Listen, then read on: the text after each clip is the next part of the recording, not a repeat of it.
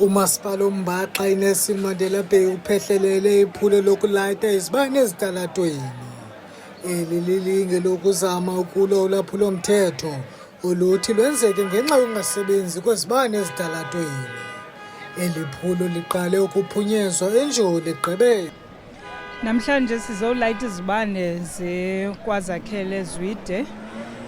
Sisenzela into yokuba abahlali mabakwazi uyazi into yokuba sifuna zonke ezi ndawo zizi-hotspot ze-crime sikwazi utargetha zona ukwenzela into yokuba kungabikho i-excuse yokuba kusweleke umntu, kuroje umntu kuba kumnyama.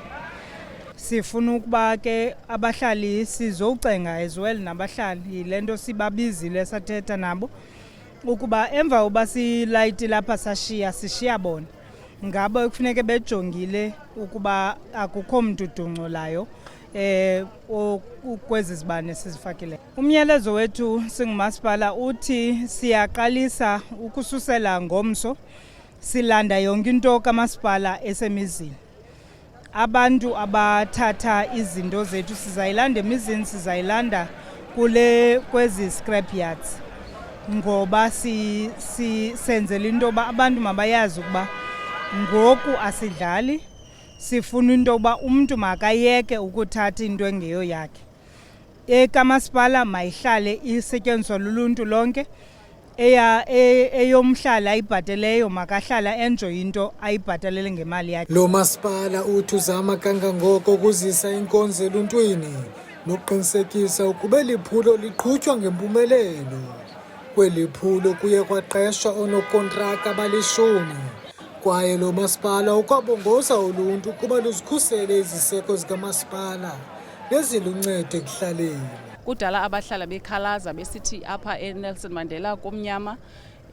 Finally ke ngoku side sazowothula lo msitho wento yoba sizolayita ibhayi lonke ngokubanzi.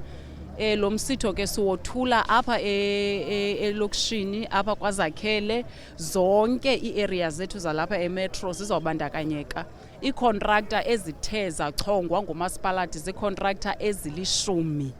Ezimbini kwezi ezili-10 zizawusebenza kwii-main roads zethu, ko-N2, ko-R75, zonke ezi ndlela zinkulu zalapha eBhayi zizawuqiniseka into yokuthi zisebenza khona. Then ke ngoku iklasta nganye izawuba nonokontraktha wakhe. Khona ke idepo ethwala iiwards eziyi-28 zalapha emetro izawuba nonokontraktha ababini. In total oonokontraka bebonke bali-10 ukwenza lo msebenzi. Okokugqibela ke kodwa siyacela kakhulu kubahlali balapha eNelson Mandela bonke babambisane, kuthi xa kufakelwe isibane basigade, because umasipalathi uyabulawa kakhulu kukuthuthulwa kwe-infrastructure kamasipala. Siyacela ukukhanyiswa kwemetro kuxhomekeke kuthi singabahlali balapha emetro, sibambisene namapolisa nemetropolisi, siripote nayiphi into esizawuthi siyibone isenzeka ekuthuthulweni kwe-infrastructure kamasipalathi. Ukanti noluntu lwasenjoli luthi luchulumancile ngokulungiselelwa izibane kuba oku kuza kunciphisa izenzo zolwaphulo-mthetho kule ngingqi. Into ebisenzeka apha bhuti kube mnyama ixeshana elide. Into eyenzekayo izitopu ezininzi, abantu abaninzi bakhwelela apha enjoli. I-taxi rank lapha enjoli, abantu bathathwa ezindaweni zabo bazobekwa apha e-taxi rank. Iibhasi nabo abantwana besikolo bakhwelela apha. Mna ke ndikwangumzali, bendikhapha umntanam ndime phaa ekoneni, yaqonda ngoku kumhlophe, at least ndimjonge.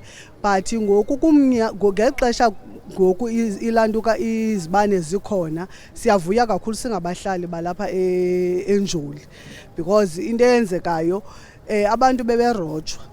Yabona iwesi apha ebusika because kaloku kuba mnyama rhowu. Okokuqala sinonozitende apha, oonozitende kufuneke behambe late because ibhizinesi ayikapheli. Abantu bakhwelela apha enjoli and also no-Shoprite bavala ngo-8, so abantu basahamba endleleni but kumnyama and abantu abanintsi ke ngoku baenda pha berojwa. Umasipala wesixeko iNelson Mandela Bay uthi siza kundwendwela nezinye iingingqi zalo masipala eyokufakela izibane ezitalatweni.